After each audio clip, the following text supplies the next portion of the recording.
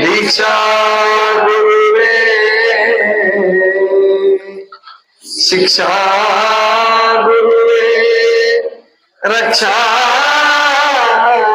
गुरुवे सर्वागमोक्त करा गुरुवे शिवयोग धर्मार्थ भोग गुरुवे त्याग गुरुवे सुधी गुरुवे वाचा गुरुवे भवरोगहर शरणादे बसव महा गुरु निಮಗೆ ವಿಶ್ವಗುರು ಮಹಾಮಾನವತವಾದಿ ಬಸವಣ್ಣನವರನ್ನು ಹೃದಯ ಮಂದಿರದಲ್ಲಿ ಸ್ಮರಿಸುತ್ತಾ ಮಹಾಮಹಿಮರು ಬಯಲುಕಾಯಿ ಸಿದ್ಧರು ಶೂನ್ಯ ಪೀಠಾಧ್ಯಕ್ಷರು ಆದಂತಹ ಅಲ್ಲಮ ಪ್ರಭುದೇವರನ್ನು ಚಿನ್ಮಯ ಜ್ಞಾನಿ ಶಟಸ್ಥಲ ಚಕ್ರವರ್ತಿ ಚನ್ನಬಸವಣ್ಣನವರನ್ನು ಹೃದಯ ಮಂದಿರದಲ್ಲಿ ಸ್ಮರಿಸಿ ಸೇರಿರುವ ಎಲ್ಲ ಸದ್ಭಕ್ತ ಬಂಧುಗಳೇ, ತಾಯಿಂದರೆ, ಮಕ್ಕಳೇ, ಎಲ್ಲರಿಗೂ ಶರಣ ಶರಣ. ನೆನ್ನಿನ ದಿನ ಮಹಾದೇವಿ ಅಕ್ಕನವರು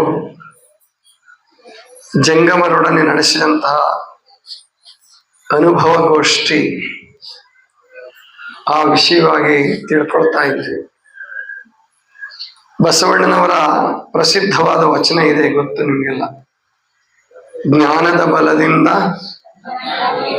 ಅಜ್ಞಾನದ ಕೇಡು ನೋಡಯ್ಯ, ಜ್ಯೋತಿಯ ಬಲದಿಂದ ಅಮಂಧದ ಕೇಡು ನೋಡಯ್ಯ, ಸತ್ಯದ ಬಲದಿಂದ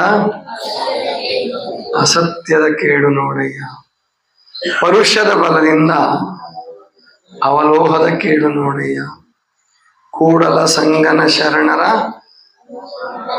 ಅನುಭಾವದಿಂದ ಎನ್ನ ಭವದ ಕೇಡು ನೋಡಯ್ಯ. ಇಲ್ಲಿ ಎನ್ನ ಭವದ ಕೇಡು ಅಂದ್ರೆ ಬಸವಣ್ಣನವ್ರ ಭವ ಅಂತ ತಿಳ್ಕೊಬಾರ್ದು ನಾವು. ಅವರು ತಮ್ಮ ಭವವನ್ನ ಕೇಡು ಮಾಡ್ಕೊಂಡ್ಮೇಲೆ ಈ ವಚನ ಹೇಳಿ, ನಮ್ಮ ನಿಮ್ಮ ಪ್ರತಿನಿಧಿಗಳಾಗಿ, ನಮ್ಮ ನಿಮ್ಮ ಧರ್ಮಗುರುವಾಗಿ ಬಸವಣ್ಣನವರು ಈ ರೀತಿ ತಮ್ಮನ್ನ ಸಂಕೇತೀಕರಿಸಿ ವಚನಗಳನ್ನು ಹೇಳ್ತಾರೆ.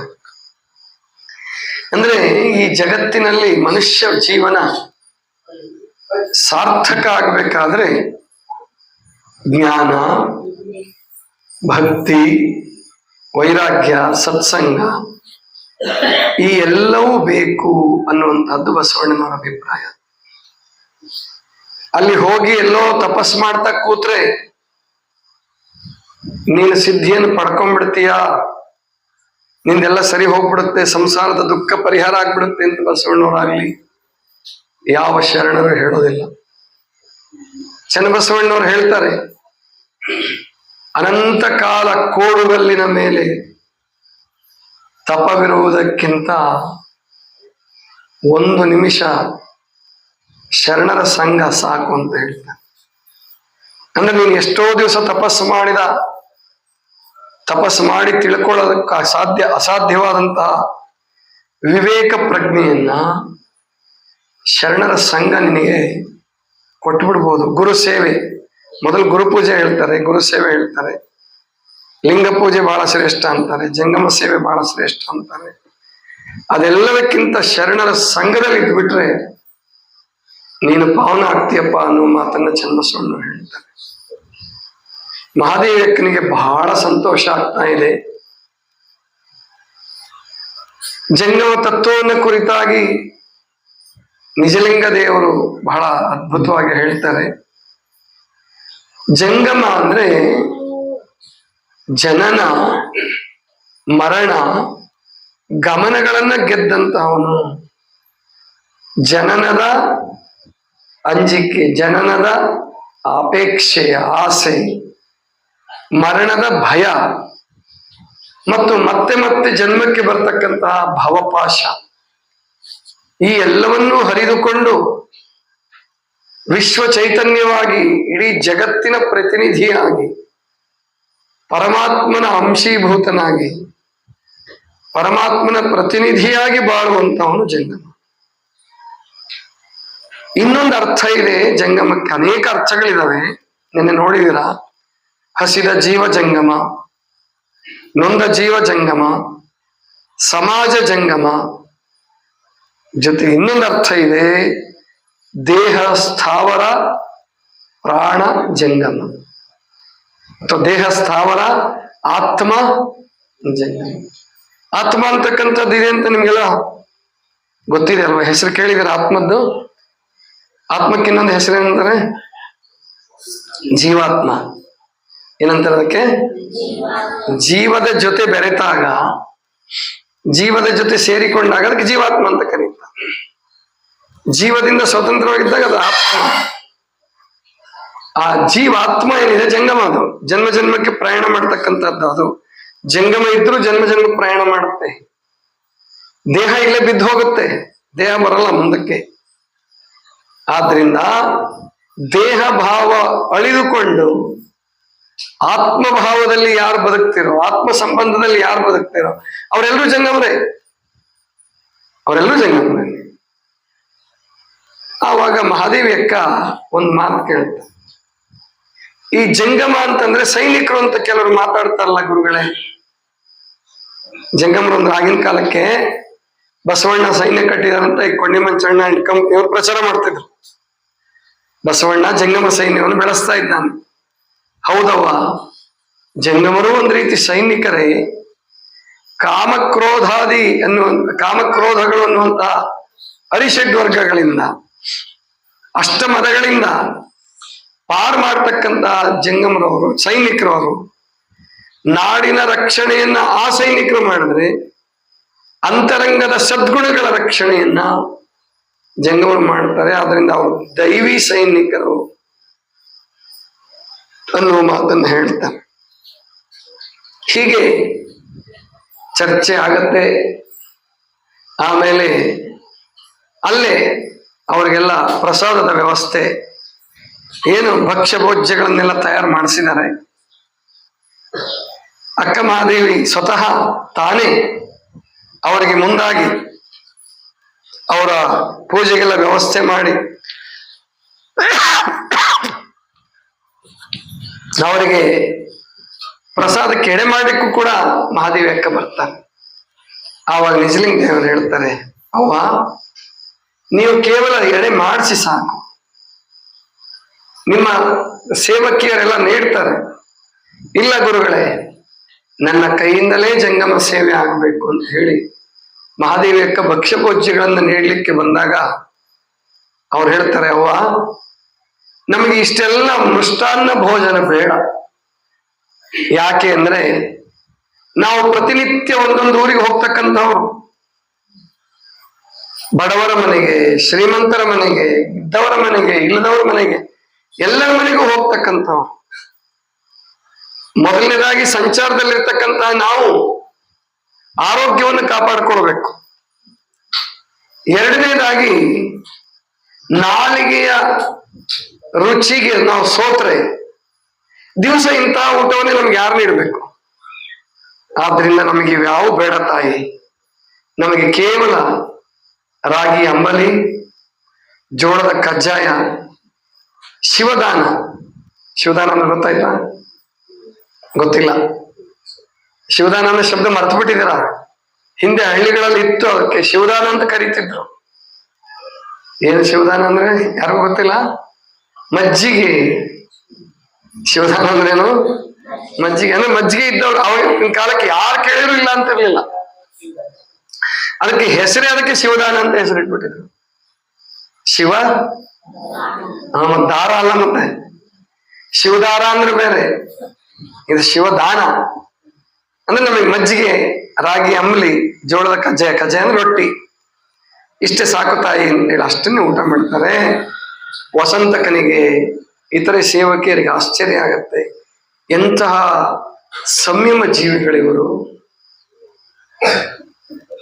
ಏನು ಇಲ್ಲದೆ ಇದ್ದಾಗ ಬೇಡ ಅಂತ ಹೇಳೋದು ದೊಡ್ಡದಲ್ಲ, ಏನು ಇಲ್ಲದೆ ಇದ್ದಾಗ ನಾವು ತ್ಯಾಗಿಗಳಾಗಿರೋದು ದೊಡ್ಡದಲ್ಲ.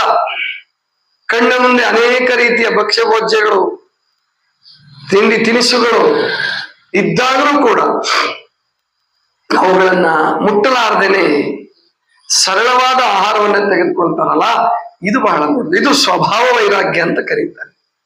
ಇದಕ್ಕೇನಂತಾರೆ? ಸ್ವಭಾವ ವೈರಾಗ್ಯ. ಅಭಾವ ವೈರಾಗ್ಯ, ವೈರಾಗ್ಯದಲ್ಲಿ ಎರಡು ಪ್ರಕಾರ, ಒಂದು ಅಭಾವ ವೈರಾಗ್ಯ, ಇನ್ನೊಂದು ಸ್ವಭಾವ ವೈರಾಗ್ಯ. ಅಭಾವ ವೈರಾಗ್ಯ ಅಂದ್ರೆ ಏನು? ಏನು ಇಲ್ಲ, ಮನೆ ಇಲ್ಲ, ಸರಿಯಾಗಿ ಉಳೋದಕ್ಕೆ ಬಟ್ಟೆ ಇಲ್ಲ, ಉಣ್ಲಿಕ್ಕೆ ಊಟ ಇಲ್ಲ, ನಾನೊಬ್ಬ ಸನ್ಯಾಸಿ ಅಂತ ಹೇಳ್ಕೊಂತ ಅಡ್ಡಾಡೋದು ದೊಡ್ಡದಲ್ಲ ಅದು. ಅದೇನಂತ ಅಭಾವ ವೈರಾಗ್ಯ ಅಂತಾರೆ. ಎಲ್ಲವೂ ಇದ್ದು ಮಹಾದೇವಿ ಅಕ್ಕನ ಹಾಗೆ, ಅಲ್ಲಮ ಪ್ರಭುಗಳ ಹಾಗೆ, ಸಿದ್ದರಾಮೇಶ್ವರರ ಹಾಗೆ, ಅಲ್ಲಮ ಪ್ರಭುಗಳ ಹಾಗೆ, ಬಸವಣ್ಣನವರ ಹಾಗೆ, ವೈರಾಗ್ಯ ಚನ್ನಬಸವಣ್ಣನವರ ಹಾಗೆ ವೈರಾಗ್ಯ ತಾಳ್ತಾರಲ್ಲ, ಇದಕ್ಕೇನಂತಾರೆ? ಸ್ವಭಾವ ವೈರಾಗ್ಯ. ಇವ್ರಿಗೆಲ್ಲದೂ ಇತ್ತು, ಎಲ್ಲವೂ ಇತ್ತು. ಬಸವಣ್ಣವ್ರಿಗೆ ಏನ್ ಕೊರತೆ ಇತ್ತು? 8ನೇ ವಯಸ್ಸಿಗೆ ಮನೆ ಬಾಲಕನಾಗಿದ್ದ ಬಸವಣ್ಣ ಮನೆ ಬಿಡ್ಬೇಕಾದ ಅಗತ್ಯ ಇರಲಿಲ್ಲ. 8ನೇ ವಯಸ್ಸಿಗೆ ಇನ್ನು ಏನು ತಿಳುವಳಿಕೆನೆ ಬಂದಿರಂಗಿಲ್ಲ ಎಷ್ಟೋ ಜನ ಮಕ್ಳಿಗೆ. ಆದ್ರೆ ಬಸವಣ್ಣ ಆಗ್ಲೇ ಮನೆ ಬಿಟ್ಟು, ಯಾವುದಕ್ಕಾಗಿ? ಸ್ತ್ರೀ ಸಮಾನತೆಗಾಗಿ.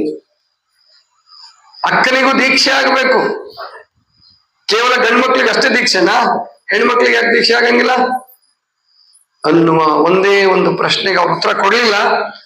ಅದಕ್ಕೆ ಬಸವಣ್ಣ ಮನೆಯನ್ನೇ ಬಿಟ್ಟು ಹೊರಟೋಗ್ಬೇಕು. ಅಂದ್ರೆ ಇದು ಸ್ವಭಾವ ವೈರಾಗ್ಯ ಅಂತ ಕರೀತಾರೆ. ಅವರ ಸ್ವಭಾವ ವೈರಾಗ್ಯ ಏನು ನಿಜಲಿಂಗ ದೇವರ ನೇತೃತ್ವದಲ್ಲಿ ಏನ್ ಬಂದಿದಾರಲ್ಲ, ಅವರ ಸ್ವಭಾವ ವೈರಾಗ್ಯವನ್ನ ನೋಡಿ ಆಶ್ಚರ್ಯ, ಸಂತೋಷ ಆಗತ್ತೆ. ಪ್ರಸಾದ ಎಲ್ಲ ಆದ್ಮೇಲೆ ಇನ್ನು ಕಾಣಿಕೆ ಸಮರ್ಪಣೆ ಮಾಡ್ಬೇಕಲ್ಲ.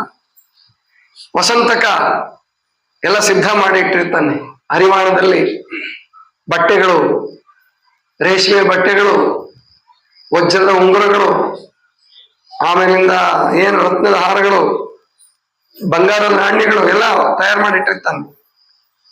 ಅವ್ರು ನೋಡ್ತಾರೆ, ತಾಯಿ ಇವೆಲ್ಲ ಯಾಕೆ ನಮಗೆ? ನಾವು ಶಿವನ ಸ್ವರೂಪ, ಶಿವನ ವಂಶಸ್ಥರು. ಅವನು ಭಿಕ್ಷುಕ, ನಾವು ಭಿಕ್ಷುಕರೇ.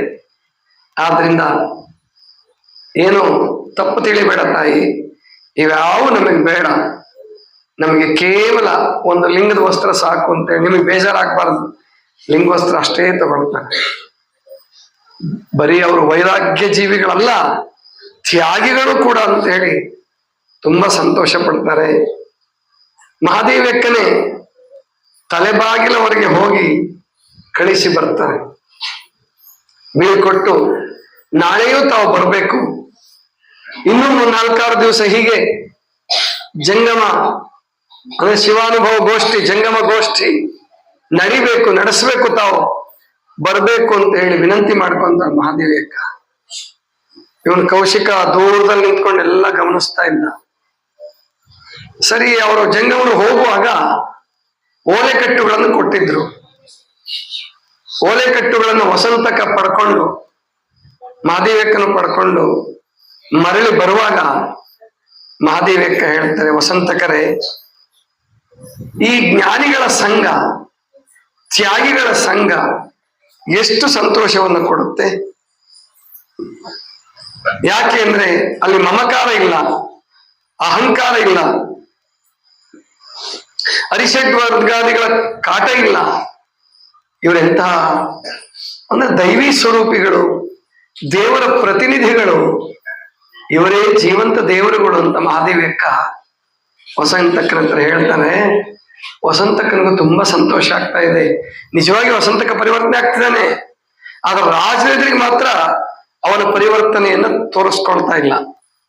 ಅಂದ್ರೆ ನಾವು ಎಚ್ಚರವಾಗಿರ್ಬೇಕು. ರಾಜದ್ರೋಹ ಏನಾದ್ರೂ ನಡಿಬಾರದು ಅಂತ ಹೇಳಿ ನಾನು ಅವನ ಹತ್ರ ಇದ್ದೀನಿ ಅಂತ ಹೇಳಿ ಅವನು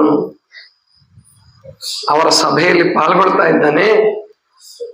ವಸಂತಕರನ್ನ ಕುರಿತು ಮಾತಾಡುವಾಗ ಮಹಾದೇವಕ್ಕನ ಒಂದು ವಚನ ಪ್ರಸ್ತಾಪ ಮಾಡಿದ್ದಾರೆ ಮಾತಾಜಿಯವರು. ತುಂಬಾ ಒಳ್ಳೆ ಅದ್ಭುತವಾದ ವಚನ.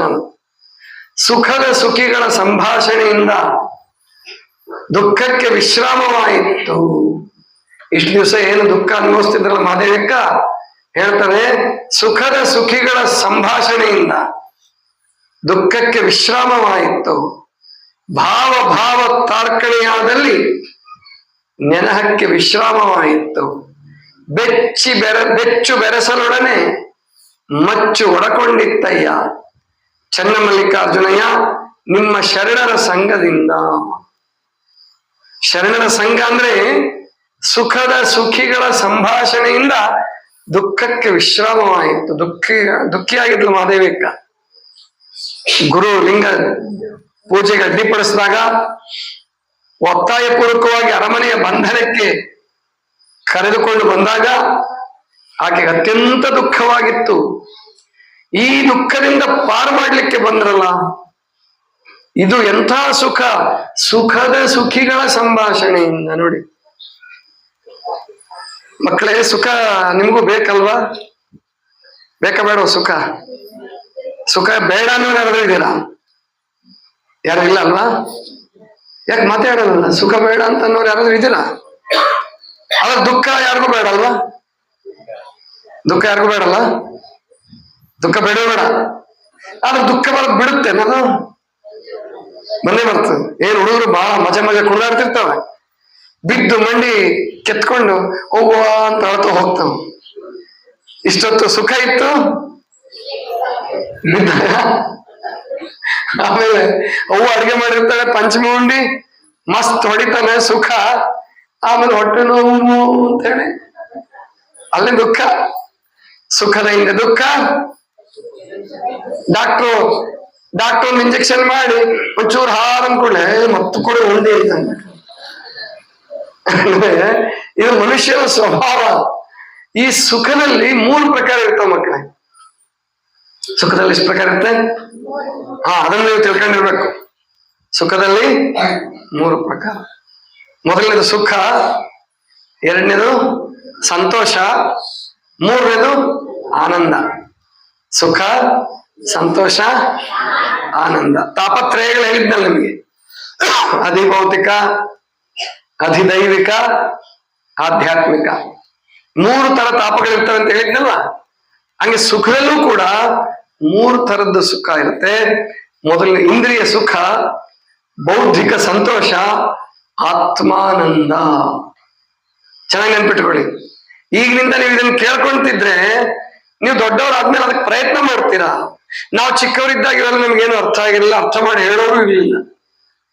ನಾವು ಕಾಲೇಜ್ ಓದಿ ಲಿಂಗಾನಂದ ಅಪ್ಪಾಜಿಯವ್ರು ಬರೋವರೆಗೂ ನಮಗೆ ಯಾವ ಗೊತ್ತೇ ಇಲ್ಲ. 3 ರೀತಿಯ ಸುಖಗಳು. ಮೊದಲನೇ ಇಂದ್ರಿಯ ಸುಖ, ಎರಡನೇದು ಬೌದ್ಧಿಕ ಸಂತೋಷ, ಮೂರನೇದು ಆತ್ಮಾನಂದ. ಏನಪ್ಪ ಇಂದ್ರಿಯ ಸುಖ? ಈಗ ನಿಮ್ ನಾಲ್ಗೆ ಇದೆಯಲ್ರ ಮಕ್ಳೇ, ನಿಮ್ಗೆ ಇಷ್ಟವಾದ ತಿಂಡಿ ಅಂದ್ರೇನು? ಬಜ್ಜಿ ಅಂತಾನೆ ಇಟ್ಕೊಳ್ಳೋಣ. ಬಜ್ಜಿ ಅಂದ್ರೆ ಯಾರಿಗ್ ಪ್ರೀತಿ ಇಲ್ಲ ಹೇಳ್ರಿ? ಎಲ್ಲರೂ ಇಷ್ಟ ಆಗ್ತದಿಲ್ಲ? ಅದ್ರಲ್ಲಿ ಬಿಸಿ ಬಿಸಿ ಕಂದ ಬಜ್ಜಿ, ಈರುಳ್ಳಿ ಬಜ್ಜಿ, ಮಿರ್ಚಿ ಬಜ್ಜಿ ಇನ್ನೂ ಬೇಡ ಅನ್ನಿಸ್ಬೋದು ಸಣ್ಣ ಮಕ್ಳಿಗೆ, ಖಾರ ಇರ್ತದಂತ. ಆದ್ರೆ ಈರುಳ್ಳಿ ಬೋಂಡ ಅಂತಾರ ಆ ಕಡೆ ಎಲ್ಲ. ನಿಮ್ ಕಡೆ ಯಾರಿಗ್ ಬೇಡ ಹೇಳ್ರಿ? ಇದು ಎಲ್ರಿಗೂ ಖುಷಿ ಕೊಡ್ಬೋದಿಲ್ಲ? ಆ ಬಜ್ಜಿ ತಿಂದಾಗ ನಿಮ್ಗೆ ಸಂತೋಷ ಆಗತ್ತ ಇಲ್ಲ? ಸುಖ ಆಗತ್ತ ಇಲ್ಲ? ಏನ್ ಮಜಾ, ಹೌದಿಲ್ಲ? ಅಲ್ಲಿ ಆ ಸುಖ ಸಿಕ್ತಲ್ಲ ನಿಮ್ಗೆ, ಬಜ್ಜಿ ತಿನ್ನುವಾಗ ಆ ಸುಖ ಸಿಕ್ತಲ್ಲ. ಏನ್ ಬಜಿಲಿತ್ತ ನಾಲ್ಗೆಲಿತ್ತ? ನಾಲ್ಗೆಲಿತ್ತ. ಹಂಗಾದ್ರೆ ಒಂದ್ ಕೆಲಸ ಮಾಡ್ತೀವಿ ನಾವು, ಬಜಿ ಕೊಡಂಗಿಲ್ಲ ನಿಮಗೆ ತೋರಿಸ್ತೀವಿ ಬಜಿನ ಅಷ್ಟೇ. ನಾಲ್ಗೆಲ್ಲ ಇದೆಯಲ್ಲ ಸುಖ, ಬಜಿ ತಿನ್ಬೇಡ್ರಿ, ಸುಮ್ಮನೆ ಚಪ್ಪರಿಸಿ ನಾಲ್ಕು ಸುಖ ಆಗತ್ತೇನ? ಆಗತ್ತಾ? ಇಲ್ಲ. ಹಾಗಾದ್ರೆ ಈಗ ಇನ್ನೊಬ್ಬರಿಗೆ ನಾಲ್ಗೆಲ್ಲ ಬಜಿಲಿ ಇದೆ ಸುಖ, ಬಜಿಲಿ ಇದೆ ಸುಖ. ಅವ್ನು ಬಜಿಲೆ ಇದ್ದಿದ್ದಾದ್ರೆ ತಿನ್ಬೇಡ್ರಿ, ಬಜಿಲೆ ಇದ್ರು ತಿನ್ಬೇಡ್ರಿ, ಸುಮ್ಮನೆ ನೋಡ್ರಿ.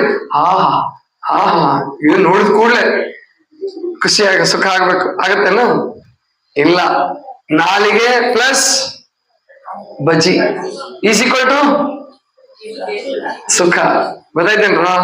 ನಾಲ್ಗೆ ಬಜಿ ಎರಡು ಕೂಡಿದ್ರೆ ಏನಾಗತ್ತಲ್ಲ, ಅದೇನದು ಇಂದ್ರಿಯ ಸುಖ. ಕಣ್ಣು ಪ್ಲಸ್ ಧಾರಾವಾಹಿ ಈಸ್ ಈಕ್ವಲ್ ಟು ಸುಖ. ಮೂಗು ಪ್ಲಸ್ ಒಗ್ಗರಣೆ ವಾಸನೆ ಅಥವಾ snow powder Fair and Lovely is equal to ಸುಖ. ಗೊತ್ತಾಯ್ತಾ? ಚರ್ಮ ಪ್ಲಸ್ ರೇಷ್ಮೆ ಸೀರೆ ಈಸ್ ಈಕ್ವಲ್ ಟು ಸುಖ.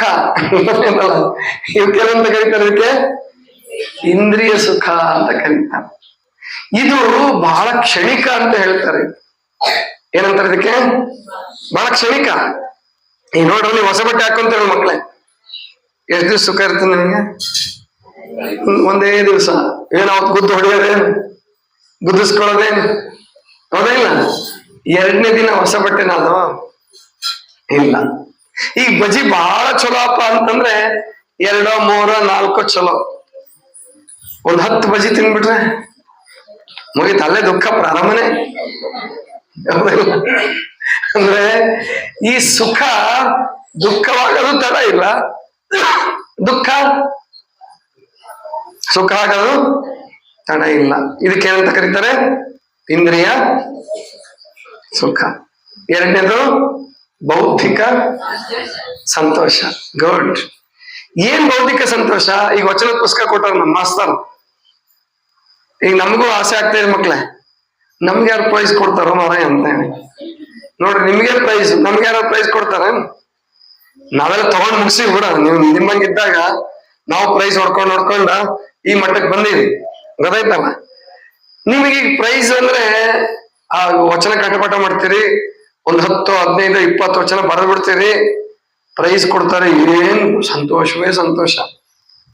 ಅಲ್ಲೇನ್ ನೀವು ತಿನ್ಬೇಕಾಗಿಲ್ಲ, ಅಲ್ಲೇನ್ ತಿನ್ಬೇಕಾಗಿಲ್ಲ. ಬುದ್ಧಿ ಕೆಲಸ ಮಾಡಿ ಪ್ರೈಸ್ ತಗೊಂಡ್ರೆ ಸಂತೋಷ. ಆ ವಚನ ಕಂಠಪಾಠ ಮಾಡುವಾಗ್ಲೂ ಸಂತೋಷ. ಅರ್ಥ ಆಗ್ತಿದ್ರೆ ವಚನ, ಅದರಿಂದ ಏನಾಗುತ್ತೆ? ನಾನು 5 ವಚನ ಕಲ್ತೆ, ಖುಷಿ ಆಗುತ್ತೆ. 6 ವಚನ ಕಲ್ತೆ, ಖುಷಿ ಆಗುತ್ತೆ. 7 ವಚನ ಕಲ್ತೆ.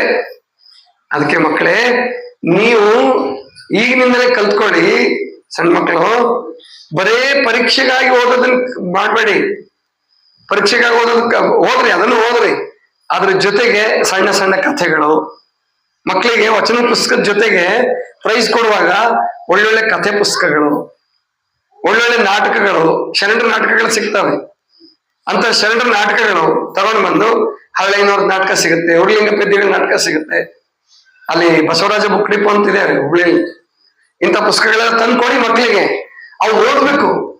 ಓದೋದ್ರಿಂದ ನಿಮ್ ವ್ಯಕ್ತಿತ್ವ ವಿಕಾಸ ಆಗುತ್ತೆ ಹೊರತು ಟಿವಿ ನೋಡೋದ್ರಿಂದ ವಿಕಾಸ ಆಗಲ್ಲ ಮಕ್ಕಳು. ಆಮೇಲೆ ಮೊಬೈಲ್ ನೋಡೋದ್ರಿಂದ ನಿಮ್ ವ್ಯಕ್ತಿತ್ವ ವಿಕಾಸ ಆಗಲ್ಲ, ಕಣ್ಣು ಹಾಳಾಗುತ್ತೆ. ವ್ಯಕ್ತಿತ್ವ ವಿಕಾಸ ಆಗಬೇಕಾದ್ರೆ ನೀವು ಓದ್ಬೇಕು. ಏನಾದ್ರು ಓದ್ರಿ ನೀವು. ಕೆಲವೆಲ್ಲ ಬಿದ್ದಿದ್ದ ಪೇಪರ್ಗಳು, ಆಮೇಲೆ ಈ ಪಾಕೆಟ್ ಕಟ್ ಕೊಟ್ಟಿರ್ತಾರಲ್ಲ ಅಂಗಡಿ, ಆ ಪೇಪರ್ಗಳು ಒಂದು ಮಹಾತ್ಮರಾಗಿದ್ದಾರೆ ಎಷ್ಟೋ ಜನ, ಗೊತ್ತಾಯ್ತಾ? ಅದಕ್ಕೆ ಮಕ್ಕಳಿಗೆ ಓದೋ ಅಭ್ಯಾಸ ಬೆಳೆಸಿ. ಒಳ್ಳೆ ಚಟ, ಅದೆಲ್ಲ ಓದೋದು ಒಳ್ಳೆ ಚಟ. ಇದು ಬೌದ್ಧಿಕ ಸಂತೋಷ ಅಂತ ಕರೀತಾರೆ, ಓದೋದ್ರಲ್ಲಿ ಸಿಗೋದು. ಈಗ ಪ್ರವಾಸ ಮಾಡ್ತೀವಿ ನಾವು, ಶ್ರೀಶೈಲಕ್ಕೆ ಪ್ರವಾಸ ಮಾಡ್ತೀವಿ. 3 ದಿವಸದ ಪ್ರವಾಸ, ಗೊತ್ತಾಯ್ತಾ? ಎಷ್ಟು ದಿವಸದ? 3ನೇ ತಾರೀಕು ಮಂಗಳವಾರ ರಾತ್ರಿ ಹೊರಡ್ಬೇಕು. ಕರೆಕ್ಟ್ ಆಗಿ 7 ಗಂಟೆಗೆ ಬಸ್ ಬರ್ತದೆ. 8 ಗಂಟೆಗೆ ಸರಿಯಾಗಿ ಬಿಟ್ಬಿಡ್ಬೇಕು ನೀವು. 8 ಗಂಟೆಗೆ ಸರಿಯಾಗಿ ಹೊರಟ್ಬಿಡ್ಬೇಕು. ಆಮೇಲೆ ಬೆಳಗ್ಗೆ ನಾವು 7 ಗಂಟೆಗೆ ತಲುಪ್ತೇವೆ, 8 ಗಂಟೆಗೆ ತಲುಪ್ತೇವೆ. ನಿಧಾನಕ್ಕೆ ಹೋದ್ರೆ 7 ಗಂಟೆ 8 ಗಂಟೆಗೆ ತಲುಪ್ತೇವೆ. ಅವತ್ತು ಶ್ರೀಶೈಲ ನೋಡೋದು, ಶ್ರೀಶೈಲ ಒಂದ್ ದಿವಸ ವಸ್ತಿ, ಮರುದಿವಸ ಮಧ್ಯಾಹ್ನ ತನಕ ಶ್ರೀಶೈಲ ನೋಡೋದು, ಅಕ್ಕಮಹಾದೇವಿ ಗವಿ ಏನೇನ್ ಸಾಧ್ಯ ಆಗುತ್ತೆ ನೋಡೋದು. ಮಧ್ಯಾಹ್ನ ಪ್ರಸಾದ ಮಾಡಿ ಶ್ರೀಶೈಲದಿಂದ ಬಿಟ್ರೆ ಮಹಾನಂದಿ ಅಂತ ಬರ್ತದೆ, ಕೇಳಿದಾರಲ್ಲ? ಮಹಾನಂದಿ ಆ ಮಹಾನಂದಿ ನೋಡ್ಕೊಂಡು ರಾತ್ರಿ ಮಹಾನಂದಿ ವಸತಿ ಇಲ್ಲ ಅಂದ್ರೆ ಮಂತ್ರಾಲಯಕ್ಕೆ ಬರೋದು. ಮಂತ್ರಾಲಯ ಕೇಳಿರಲ್ಲ, ಮಂತ್ರಾಲಯದಲ್ಲಿ ಒಂದು ವಸತಿ, ಮಂತ್ರಾಲಯದಿಂದ ಈ ಕಡೆ ಮಾನಗುಂಡಿಗೆ ಬರೋದು. ಈ ತರ ಕಾರ್ಯಕ್ರಮ ಇದೆ. 3ನೇ ದಿವಸ ರಾತ್ರಿ ಅಂದ್ರೆ ಮಂಗಳವಾರ ಹೊರಟ್ರೆ ಬುಧವಾರ, ಗುರುವಾರ, ಶುಕ್ರವಾರ ರಾತ್ರಿ 7 ಗಂಟೆಗೆ ನಾವು ನಿಮಗೆ ಮನಗುಂಡಿ ಇಳಿಸ್ಬೇಕು ಅಂತ ವಿಚಾರ ಮಾಡಿದೆ. ಅವ್ರವ್ರ ಊರಿಗೆ ಒಟ್ಟು ನಿಮ್ಮ ಊರಿಗೆ ತಲುಪಿಸೋದು. ಹೀಗೆ ಈ ಪ್ರವಾಸ ಮಾಡುವಾಗ ಉಂಟಾಗುತ್ತಲ್ಲ, ಇದಕ್ಕೇನಂತ ಕರೀತಾರೆ? ಬೌದ್ಧಿಕ ಸಂತೋಷ. ಇನ್ನೊಂದು 3ನೇದೊಂದಿದೆ, ಅದೇನದು? ಆತ್ಮಾನಂದ ಅಥವಾ ಆಧ್ಯಾತ್ಮಿಕ ಆನಂದ, ಸ್ಪಿರಿಚುವಲ್ ಬ್ಲಿಸ್ ಅಂತಾರೆ ಅದಕ್ಕೆ. ಸ್ಪಿರಿಚುವಲ್ ಬ್ಲಿಸ್ ಅದೇನಪ್ಪಾ ಅಂದ್ರೆ ಅಲ್ಲಿ ಏನು ತಿನ್ನಂಗಿಲ್ಲ, ಏನು ನೋಡಂಗಿಲ್ಲ, ತಿಂದು ಆನಂದ ಪಟ್ಟು ಓದಿ ಕೇಳಿ ಖುಷಿ ಪಟ್ಟು ಕುತ್ಕೊಂತವನು ಇನ್ನೇನು ಎಲ್ಲೂ ಹೋಗೋದ್ ಬೇಡ, ಎಲ್ಲೂ ಓಡಾಡೋದ್ ಬೇಡ. ಈಗ ನಮಗೇನು ಈ ಶ್ರೀಶೈಲಕ್ಕೆ ಹೋಗ್ತೀವಿ ಅಂದ್ರೂ ನಿಮ್ಗಾಗುವ ಆನಂದ ನಮಗೇನಾಗಲ್ಲ, ನಿಮ್ಗಿರೋ ಸುಖ ನಮ್ಗೆ ಸಿಗಲ್ಲ. ಯಾಕಂದ್ರೆ ಇಲ್ಲಿ ನಾವು ಕೇವಲ ಆರ್ಗನೈಸರ್ಸ್, ನಿಮ್ ಜೊತೆ ಬರ್ತೀವಿ, ನಮಗೂ ಸಂತೋಷ ಆಗುತ್ತೆ. ಆದ್ರೆ ನಮಗೆ ಯಾವ್ದು ಆನಂದ ಆಗುತ್ತೆ ಅಂದ್ರೆ ಪ್ರಾಣಾಯಾಮ ಮಾಡಿ, ಯೋಗ ಮಾಡಿ, ಕುಂಭಕ ಮಾಡಿ, ಧ್ಯಾನ ಮಾಡ್ತೀವಿ, ಕುತ್ಕೊಂತೀವಲ್ಲ, ಅದು ಆತ್ಮಾನಂದ. ಅಲ್ಲಿ ಏನು ತಿನ್ಬೇಕಾಗಿಲ್ಲ, ಏನು ಓಡ್ಬೇಕಾಗಿಲ್ಲ. 1 ಗಂಟೆನಾದ್ರೂ ನಾವ್ ಇದನ್ನ ಅನುಭವಿಸ್ಬಿಟ್ರೆ ನಮಗ್ ಮನೆ ಬೇಡ, ಮಠ ಬೇಡ, ಏನು ಬೇಡ. ಅದು ನನ್ನೊಳಗೆ ಇರ್ತಕ್ಕಂಥ ಆನಂದ. ಆ ಆನಂದ ಇರೋದಕ್ಕೆ ಬಜಿ ಆನಂದವಾಗಿ ಕಾಣುತ್ತೆ, ಆ ಆನಂದ ಇರೋದಕ್ಕೆ ಪುಸ್ತಕ ಆನಂದವಾಗಿ ಕಾಣುತ್ತೆ. ಒಳಗಡೆ ಆತ್ಮವೇ ಇಲ್ಲದೆ ಹೋದ್ರೆ ಏನು ಕಾಣಲ್ಲ. ಅದನ್ನೇ ಮಹಾದೇವಕ್ಕ ಇಲ್ಲಿ ಹೇಳೋದು, ಸುಖಿಗಳ ಸುಖ, ಸುಖದ ಸುಖಿಗಳ. ಇಲ್ಲಿ ಸುಖದ ಸುಖಿಗಳಂತ 2 ಸಾರಿ ಬಳಸಿರೋದ್ರಿಂದ ಇದು ಸಾಮಾನ್ಯ ಸುಖ ಅಲ್ಲ, ಇದು ಆಧ್ಯಾತ್ಮಿಕ ಸುಖ. ಸುಖದ ಸುಖಿಗಳ ಸಂಭಾಷಣೆಯಿಂದ ದುಃಖಕ್ಕೆ ವಿಶ್ರಾಮವಾಯಿತು. ಎಷ್ಟು ಚೆನ್ನಾಗಿ ಹೇಳ್ತಾನೆ, ನನ್ನ ದುಃಖ ಕಡಿಮೆ ಆಯ್ತು, ದುಃಖ ನಿವಾರಣೆ ಆಯ್ತು. ಭಾವ ತಾರ್ಕಣಿಯಾದಲ್ಲಿ ನೆನಹಕ್ಕೆ ವಿಶ್ರಾಮವಾಯಿತು. ಭಾವ ತಾರ್ಕಣಿ ಆಗೋದಂದ್ರೆ ಒಂದೇ ಭಾವ ಮನಸ್ಸು. ಇಲ್ಲಿ ನೀವು ಸ್ನೇಹ ಮಾಡ್ತಿರಲ್ಲ, ನೀವು ಪ್ರತಿಯೊಬ್ಬರಿಗೂ ಗೆಳತಿ ಅಥವಾ ಗೆಳೆಯ ಇದಾರೆ ಇಲ್ವಾ? ಗಂಡು ಮಕ್ಳಿಗೆಲ್ಲ ಗೆಳೆಯರಿರ್ತಾರೆ, ಹೆಣ್ಮಕ್ಳಿಗೆಲ್ಲ ಗೆಳತಿಯರ ಜೊತೆ ತುಂಬಾ ಸಂತೋಷ ಪಡ್ತೀರಿ, ಗೆಳೆಯರ ಜೊತೆ ತುಂಬಾ ಆನಂದ ಪಡ್ತೀರಿ. ವಯಸ್ಸಾಗದೆ ಇರ್ಲಿ, ಸಣ್ಣವರಿಂದ ಹಿಡ್ಕೊಂಡು ಮುದುಕರವರೆಗೂ ಸ್ನೇಹ ಎಲ್ರಿಗೂ ಬೇಕು. ಯಾರ ಜೊತೆ ಸ್ನೇಹ ಮಾಡ್ತೀರಿ? ಯಾರ ಜೊತೆ ಸ್ನೇಹ ಮಾಡ್ತೀರಿ? ಯಾಕೆ ಉತ್ತರ ಕೊಡೋಲ್ಲ? ನೀವು ಸ್ನೇಹ ಮಾಡಿದ್ದೀರ ಇಲ್ವಾ? ನಿಮ್ಗೆ ಯಾರಿಗೂ ಸ್ನೇಹಿತರೇ ಇಲ್ವಾ? ಯಾಕಂದ್ರೆ ಅಲ್ಲಿ ಮನ್ಸೂರಲ್ಲಿ ಧಾರವಾಡ ಬಸ್ ಸ್ಟ್ಯಾಂಡ್ ಮಾತಾಡ್ತಿರ್ತಾರೆ, ಅಯ್ಯಪ್ಪ ಮುನ್ಗುಂಡಿ ಅವ್ರ ಜೊತೆ ಬಾಳ ಅದಕ್ಕೆ ನೀವು ಯಾರು ಸ್ನೇಹ ಮಾಡಂಗ್ ಕಾಣಲ್ವಾ? ಮಾಡ್ತೀರಾ? ಹಂಗಾರೆ ಯಾರ ಜೊತೆ ಸ್ನೇಹ ಮಾಡ್ತೀರಾ? ಒಳ್ಳೆಯವ್ರ ಜೊತೆನೆ ಮಾಡ್ತೀರಾ? ನೀವು ಒಳ್ಳೆಯವರಾಗಿದ್ರೆ ಒಳ್ಳೆಯವ್ರ ಜೊತೆ ಮಾಡ್ತೀರಾ, ಕುಡುಕರಾಗಿದ್ರೆ ಗೊತ್ತಾಯ್ತಲ್ಲ, ಇಸ್ಪೇಟಾಡೋರಾಗಿದ್ರೆ ಅದೇ ಇನ್ನೊಂದು ಆಡ್ತಿರಲ್ಲ ನೀವೇನೋ ಚೌಕ ಬರಲ್ಲ, ಅದು ಇವು ಕಲ್ಲಾಳ ಹುಲಿಯಾಳ ಆಡ್ತಿರ್ತೀರಲ್ಲ, ಚಕ್ಕ, ಅಂತವ್ರ ಜೊತೆಗೆ ಸ್ನೇಹ ಮಾಡ್ತೀರಾ? ನಿಂಬೆಹಣ್ಣು ಹೋಗ್ಯವರಿದ್ರೆ ಅಂತವ್ರ ಜೊತೆಗೆ ಸ್ನೇಹ ಮಾಡ್ತೀರಾ? ಅಂದ್ರೆ ಯಾರು ನಮ್ಮ ಸ್ವಭಾವಕ್ಕೆ ಯಾರು ಹೋಲಿಕೆ ಆಗ್ತಾರಲ್ಲ, ಸಮಾನ ಮನಸ್ಕರ ಜೊತೆಗೆ ಸ್ನೇಹ ಮಾಡ್ತೀವಿ. ಯಾರ ಜೊತೆ ಸ್ನೇಹ ಮಾಡ್ತೀವಿ? ಸಮಾನ ಮನಸ್ಕರ ಜೊತೆಗೆ. ನಮ್ದು ನಿಮ್ದು ಒಂದೇ ಭಾವ ಇದ್ರೂ ಕೊಡುತ್ತೆ, ಇಲ್ಲಿದ್ರು ಕೊಡೋದು. ಅದೇ ಮಾದೇವಕ್ಕೆ ಹೇಳೋದು, ಮನ ಭಾವ ತಾರ್ಕಣೆಯಾದಲ್ಲಿ ನೆನಹಕ್ಕೆ ವಿಶ್ರಾಮವಾಯಿತು. ಸ್ನೇಹದಲ್ಲಿ ಆ ಸಂತೋಷ ಪಡ್ತೀವಲ್ಲ, ಸ್ನೇಹ ಭಾವ ಇರುತ್ತಲ್ಲ, ಅಲ್ಲಿ ನೆನಹು ಅನ್ನೋದೇ ಇರುವುದಿಲ್ಲ. ಬರೀ ಸಂತೋಷನೇ, ಬರೀ ಆನಂದನೇ. ಅವರಿಬ್ರು ಸುಮ್ಮನೆ ಕೂತು, ಬೇಕಾದ್ರೆ ಸಣ್ಣ ಮಕ್ಕಳನ್ನ 2 ಜನ ಬಿಡ್ರಿ ನೀವು, ಅವ್ರಿಗಿಬ್ರಿಗೂ ಖುಷಿಯಾಗಿತ್ತಂದ್ರೆ ಅದೇನ್ ಮಾತಾಡ್ತಾವ 1 ತಾಸು ಮಾತಾಡ್ತಿರ್ತಾವ. ಅಂದ್ರೆ ಅವ್ರಿಗಿಬ್ರಿಗೂ ಸ್ನೇಹ ಕೂಡಿದೆ ಅಂತ ಅವಕ್ಕೇನು ಯಾರಾದ್ರೂ ಹೇಳ್ಕೊಟ್ಟಿರ್ತಾರ ಹಿಂಗ್ ಮಾತಾಡೋದು? 3-4 ವರ್ಷದ ಮಕ್ಕಳನ್ನ ಬಿಟ್ಟಿರ್ಬೇಕಾದ್ರೆ ಇಬ್ರು ಸಮಾನ ಮನಸ್ಕರಿದ್ರೆ ಅಲ್ಲೇ ಸ್ನೇಹ ಕೂಡಿಸಬಿಟ್ಟಿರ್ತಾರೆ. ಇದೇ ಭಾವ ತಾರ್ಕಣೆಯಾದಲ್ಲಿ ನೆನಹಕ್ಕೆ ವಿಶ್ರಾಂತವಾಯಿತು. ಬೆಚ್ಚು ಬೆರಸಲೊಡನೆ ಮಚ್ಚು ಒಳಕೊಂಡಿತ್ತಯ್ಯ ಚೆನ್ನಮಲ್ಲಿಕಾರ್ಜುನಯ್ಯ ನಿಮ್ಮ ಶರಣರ ಸಂಘದಿಂದ. ಎಷ್ಟು ಚೆನ್ನಾಗಿ ಕೂಡಿದೆ ನಮ್ಗೆ ಶರಣರ ಸಂಘ ಅಂದ್ರೆ, ಸಂತೋಷ ಕೂಡಿದೆ. ಇಬ್ರು ವಸಂತಕ ಒಂದು ಓಲೆ ಕಟ್ಟನ್ನು ತೆಗೆದುಕೊಂಡು ಅವನು ಅಧ್ಯಯನ ಮಾಡಕ್ ತನ್ನ ಮನೆಗೆ ಹೋದ. ಮಹಾದೇವಿ ಅಕ್ಕ ಬಂದು ಒಂದು ಚಾಪೆ ಮೇಲೆ ಕುತ್ಕೊಂಡು ಆ ವಚನಗಳನ್ನ ಅಧ್ಯಯನ ಮಾಡ್ತಾ ಇದ್ರು. ಕೌಶಿಕ ಬಂದು ಕೂಡಲೇ ಮಹಾದೇವಿ ಅಕ್ಕ ಎದ್ ನಿಂತ್ಕೊಂಡು ನಮಸ್ಕಾರ, ಸುಮ್ಮನೆ ಯಾಂತ್ರಿಕವಾಗಿ ನಮಸ್ಕಾರ ಮಾಡಿ ಕೈ ಮುಗಿದು ಅವನ ಪೀಠದ ಮೇಲೆ ಕೂತ್ಕೊಂಡ. ಮಹಾದೇವಿ ಅಕ್ಕ ಚಾಪೆ ಮೇಲೆ ಕೆಳಗಡೆ ಕೂತ್ಕೊಂಡು, ಏನು ದೇವಿ, ಜಂಗಮ ಸೇವೆ ಚೆನ್ನಾಗಿ ನಡೀತಾ ಇದೆಯೇ, ಅವ್ರ ದಾಸೋಹ ಎಲ್ಲ ಚೆನ್ನಾಗಿ ನಡೀತಾ ಇದೆಯಾ ಅಂತ ಕೇಳಕ್ ಬಂದ. ತಮ್ಮ ಔದಾರ್ಯದಿಂದ ಎಲ್ಲ ಚೆನ್ನಾಗಿ ನಡೀತಾ ಇದೆ ಪ್ರಭುಗಳೇ ಅಂತ.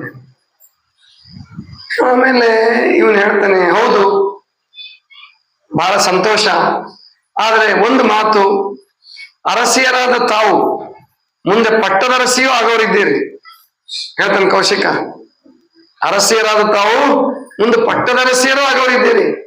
ಆದ್ರಿಂದ ಅವರನ್ನ ಹೋಗಿ ಎದುರುಗೊಳ್ಳೋದು, ಅವ್ರಿಗೆ ನೀವೇ ನಿಂತು ಅಡೆ ಮಾಡೋದು, ನೀವು ತಲೆಬಾಗಿಲ ತನಕ ಹೋಗಿ ಕಳಿಸಿ ಬರೋದು, ಇದು ನಿಮ್ಮ ಗೌರವಕ್ಕೆ ಕುಂದು ಅಂತ ಕಾಣಿಸುತ್ತೆ. ಆದ್ರಿಂದ ಇಂತಹ ಕೆಲಸಗಳನ್ನ ಬೇರೆಯವ್ರಿಗೆ ಒಪ್ಪಿಸಿ, ನೀವು ಇಂಥ ಕೆಲಸ ಮಾಡಬಾರದು ಅಂತ ಕೌಶಿಕ. ಮಹಾದೇವಿ ಅಕ್ಕ ಒಳಗೆ ಅನ್ಕೊಂತಾಳೆ, ಏನ್ ಗೌರವನು ಏನಿದೆಯೋ. ಹೇಳ್ತಾರೆ ಪ್ರಭುಗಳೇ, ಈ ದೇಹ ಅಂತಕ್ಕಂಥದ್ದು ಮದದ ಒಡಲು. ದೇಹ ಅಂತಕ್ಕಂಥದ್ದು ಮದದ ಒಡಲು. ಕುಲಮದ, ಛಲಮದ, ಯೌವನಮದ, ವಿದ್ಯಾಮದ, ಧನಮದ, ರಾಜ್ಯಮದ, ರೂಪಮದ, ತಪಮದ ಅಂತಕ್ಕಂಥ ಅಷ್ಟಮದಗಳಿಂದ ತುಂಬಿ ತುಡುಕಾಡ್ತಕ್ಕಂಥ ಒಡಲು. ಅಹಂಕಾರ ಅನ್ನುವಂಥದ್ದು ಹುಟ್ಟಿನಿಂದಲೇ ಬರ್ತದೆ ಪ್ರಭುಗಳೇ. ಈ ಅಹಂಕಾರವನ್ನು ತೊಳ್ಕೋಬೇಕು ಅಂತಂದ್ರೆ ನಾವು ಇಂಥವ್ರ ಸೇವೆ ಮಾಡಬೇಕು. ಹೌದು ದೇವಿ, ಅದೆಲ್ಲ ಸರಿ, ಆದ್ರೆ ನೀವು ಅರಸಿಯರು ಆ ಭಿಕ್ಷುಕರೊಡನೆ, ಅಂದ್ರೆ ಅವನಿಗೆ ಏನಾಗಿದೆ, ಹೊಟ್ಟೆ ಕಲಿಸ್ತಾ ಇದೆ. ನನಗೆ ಯಾವತ್ತೂ ಹಿಂಗ್ ಸೇವೆ ಮಾಡ್ಲಿಲ್ವಲ್ಲ, ಬಂದು 3 ವಾರ 4 ವಾರ ಆಗ್ತಾ ಬಂತು, ನನ್ಗೆ ಒಂದ್ ದಿವಸನೂ ಇಂಥ ಪ್ರೀತಿಯನ್ನು ತೋರಿಸ್ಲಿಲ್ಲ, ಸೇವೆ ಮಾಡ್ಲಿಲ್ಲ. ಅವರಿಗೆ ಭಿಕಾರಿಗಳಿಗೆ ಸೇವೆ ಮಾಡ್ತಾರಲ್ಲ ಅಂತ ಹೊಟ್ಟೆ ಉರಿ. ಮತ್ಸರ. ಅವರು ಭಿಕ್ಷುಕರಲ್ಲ ಪ್ರಭುಗಳೇ, ಅವರು ಜ್ಞಾನವನ್ನು ನೀಡತಕ್ಕಂತ ಶಿಕ್ಷಕರು. ನಮ್ಮ ಅಂತರಂಗದ ನಾಡನ್ನ ಆಳತಕ್ಕಂತ ಅಂತರಂಗದ ಸದ್ಗುಣಗಳನ್ನ ರಕ್ಷಣೆ ಮಾಡ್ತಕ್ಕಂಥ ರಕ್ಷಕರು. ಹೌದು, ಹಾಗಾದ್ರೆ ಇಲ್ಲಿ ಬೇಡಕ್ಕೆ ಯಾಕೆ ಬಂದ್ರು ಅವರು ಅಂತಾನೆ. ಇಲ್ಲ ಪ್ರಭುಗಳೇ, ತಾವು ತಪ್ಪು ತಿಳ್ಕೊಂಡಿದ್ದೀರಾ. ಅವರು ಬೇಡುವುದಕ್ಕಾಗಿ ಬಂದವರಲ್ಲ, ನಮ್ಮ ಬೇಡಿಕೆಯನ್ನು ಈಡೇರಿಸೋದಕ್ಕಾಗಿ ಬಂದಂಥವ್ರು. ನಮಗೆ ಜ್ಞಾನ ಭಿಕ್ಷೆಯನ್ನು ನೀಡೋದಕ್ಕೆ ಬಂದವರು. ನಾವು ಅವ್ರಿಗೆ ಏನ್ ಕೊಟ್ಟಿದ್ದೀವಿ? ಅವರ ಹೊಟ್ಟೆಯನ್ನ ತಣಿಸೋದಕ್ಕೆ, ಅವರ ಹಸಿವಿನ ಅಗ್ನಿಯನ್ನ ಆರಿಸೋದಕ್ಕೆ ಒಂದು ತುತ್ತು ಊಟ ಕೊಟ್ಟಿದ್ದೀವಿ ಹೊರತು ಅವ್ರಿನ್ನೇನು ಬೇಡಲಿಲ್ಲ, ಏನೂ ತಗೊಂಡು ಹೋಗಿಲ್ಲ. ಆವಾಗ ಕೌಶಿಕನಿಗೆ ಒಂಚೂರು ಜ್ಞಾನೋದಯ ಆಗತ್ತೆ. ಇನ್ನೇನಾದ್ರೂ ಮತ್ತೆ ಹೆಚ್ಚಿಗೆ ಮಾತಾಡಿದ್ರೆ ವಾದ ವಿವಾದ ಆಗಬಹುದು ಅಂತ ಹೇಳಿ ಅಲ್ಲಿಂದ ಎದ್ದು ಹೋಗ್ತಾನೆ.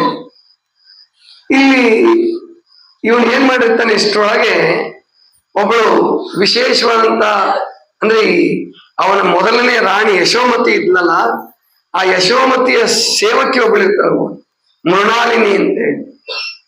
ಆಕೆಯನ್ನ ಗೂಢಚರರಾಗಿ ಅಲ್ಲಿ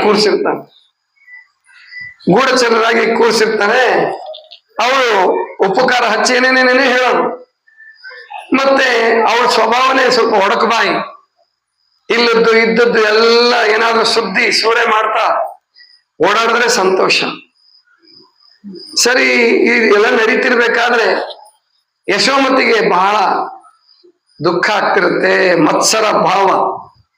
ಮಹಾದೇವಿ ಅಕ್ಕನ ಬಗ್ಗೆ ಆಕೆಗೆ ಸಿಕ್ಕಾಪಟ್ಟೆ ಹೊಟ್ಟೆ ಕಿಚ್ಚು ಬಂದಿರುತ್ತೆ. ಯಾಕಂದ್ರೆ ಮಹಾದೇವಿ ಬಂದ ಮೇಲೆ, ಅರಮನೆಗೆ ಬಂದ ಮೇಲೆ ಆಕೆ ಕಡೆ ತಿರುಗಿ ನೋಡುತ್ತಾನೆ ಇಲ್ಲ ರಾಜ. ಆದ್ರಿಂದ ಏನಾದ್ರೂ ಮಾಡಿ ಇವ ಮನಸ್ಸನ್ನು ಮುರಿಬೇಕು ಅಂತಕ್ಕಂಥ ಪ್ರಯತ್ನ. ಸರಿ, ಈ ನಡುವೆ ಒಂದ್ ದಿವಸ ರಾಜ ಹೋದಾಗ ಆಕೆ ಹೇಳಿರ್ತಾನೆ, ಏನು ಮಹಾರಾಜರೇ, ನಿಮ್ಮ ಆ ಪ್ರಶಾಂತ ಭವನದಲ್ಲಿ ನಡೆಯಬಾರದಂತ ಅನಾಚಾರಗಳೆಲ್ಲ ನಡೀತಾ ಇದೆ. ಯಾರ್ಯಾರು ಬಂದು ಹೋಗ್ತಾರೆ, ಏನೇನ್ ನಡೀತಾ ಇದೆ ಅಂತ ನಿಮಗೆ ನಿಮ್ಮ ಔದಾರ್ಯವನ್ನ ದುರುಪಯೋಗ ಮಾಡಿಕೊಂಡು ನಡಿಬಾರದೆಲ್ಲ ನಡೀತಾ ಇದೆ, ಏನ್ ನಡೀತಾ ಇದೆ ಮಹಾರಾಣಿ ಅಂತ ಕೇಳ್ತಾನ. ಬೇಕಾದ್ರೆ ನನ್ನ ಮಾತು ಸುಳ್ಳಾದ್ರೆ ವೈಜಯಂತಿಯನ್ನು ಅಲ್ಲಿ ಇರಿಸಿ ಅಂತ ಹೇಳಿರ್ತಾನೆ. ಅದಕ್ಕೋಸ್ಕರ ಮೃಣಾಲಿನಿ ಅಂತಕ್ಕಂಥ ಅವಳನ್ನ ಅಲ್ಲಿ ಗೂಢಚರರಾಗಿ ಬಿಟ್ಟಿರ್ತಾನೆ. ಸರಿ, ಅವಳು ರಾಣಿಗೂ ಇಲ್ಲ ಸಲ್ಲದ್ದು ಹೇಳ್ತಿರ್ತಾಳೆ, ರಾಜನಿಗೂ ಹೇಳ್ತಿರ್ತಾಳೆ. ಆದ್ರೆ ಮಹಾದೇವಕ್ಕ ಇದು ಯಾವುದ್ರ ಬಗ್ಗೆನೂ ತಲೆ ಕೆಡಿಸ್ಕೊಂತ ಇಲ್ಲ. ಇಲ್ಲಿ ಮಹಾದೇವಕ್ಕ ಓಲೆ ಕಟ್ಟನ್ನ ತೆಗೆದುಕೊಂಡು ಬಂದು ಓದುವಾಗ ಒಂದು ವಚನವನ್ನು ಓದ್ತಾಳಾಕೆ. ಅಲ್ಲಮ ಪ್ರಭುಗಳ ಒಂದು ವಚನ, ಕಲ್ಯಾಣವೆಂಬ ಪ್ರಣತೆಯಲ್ಲಿ ಭಕ್ತಿರಸವೆಂಬ ತೈಲವನೆರೆದು. ಕೇಳಿದ್ರೆ ಬಹಳ ಅದ್ಭುತವಾದ ವಚನ. ಕಲ್ಯಾಣವೆಂಬ ಪ್ರಣತೆಯಲ್ಲಿ ಭಕ್ತಿರಸವೆಂಬ ತೈಲವನೆರೆದು. ನೋಡಿ ಎಷ್ಟೊಂದು ಜನರಿಗೆ ಬರುತ್ತಲ್ಲ ಅದು. ಕಲ್ಯಾಣವೆಂಬ ಪ್ರಣತೆಯಲ್ಲಿ ಭಕ್ತಿರಸವೆಂಬ ತೈಲವನೆರೆದು. ಆಚಾರವೆಂಬ ಭಕ್ತಿಗೆ ಆಚಾರವೆಂಬ ಭಕ್ತಿಗೆ ಬಸವಣ್ಣನೆಂಬ ಜ್ಯೋತಿಯ ಮುಟ್ಟಿಸಲು.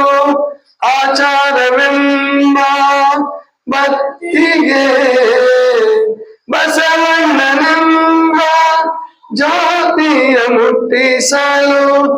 ತೊಳಗಿ ಬೆಳಗುತ್ತಿರ್ದಿತಯ್ಯ, ತೊಳಗಿ ಬೆಳಗುತ್ತಿರ್ದಿತಯ್ಯ ಶಿವನ ಪ್ರಕಾಶ, ಶಿವನ ಪ್ರಕಾಶ, ಶಿವನ ಪ್ರಕಾಶ. ಕಲ್ಯಾಣವೆಂಬ ಪ್ರಣತೆಯಲ್ಲಿ ಭಕ್ತಿರಸವೆಂಬ ತೈಲವನೆರೆದು. ಕಲ್ಯಾಣವೆಂಬ ಪ್ರಣತೆಯಲ್ಲಿ ಭಕ್ತಿರಸವೆಂಬ ತೈಲವನೆರೆದು. ಆ ಬೆಳಗಿನೊಳಗೆ ಬೆಳಗುತ್ತಿದ್ದರಯ್ಯ ಅಸಂಖ್ಯಾತ ಪ್ರಮಥ ಗಣಗಳು. ಆ ಬೆಳಗಿನೊಳಗೆ ಬೆಳಗುತ್ತಿದ್ದರಯ್ಯ ಅಸಂಖ್ಯಾತ ಪ್ರಮಥ ಗಣಗಳು. ಶಿವಭಕ್ತರಿದ್ದ ಕ್ಷೇತ್ರ ಅವಿಮುಕ್ತ ಕ್ಷೇತ್ರವೆಂಬುದು ಹುಸಿಯೇ.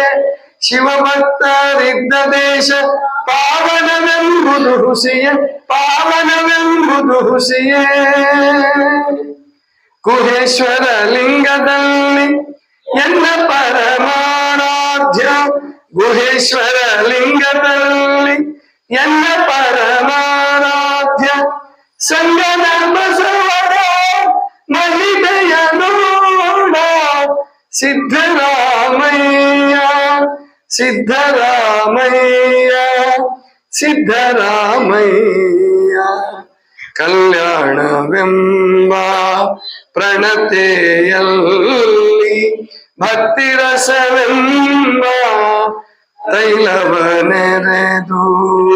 ಕಲ್ಯಾಣವೆಂಬ ಪ್ರಣತೆಯಲ್ಲಿ ಭಕ್ತಿರಸವೆಂಬ ತೈಲವನೆರೆದು. ತೈಲವನೆರೆದು.